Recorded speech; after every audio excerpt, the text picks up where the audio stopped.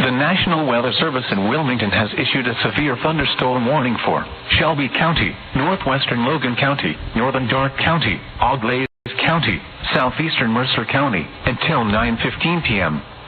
At 8:43 p.m., severe thunderstorms were located along a line extending from near Spencerville in Allen County to 6 miles northwest of Ansonia, moving east at 70 miles an hour. Hazard, $half-size hail.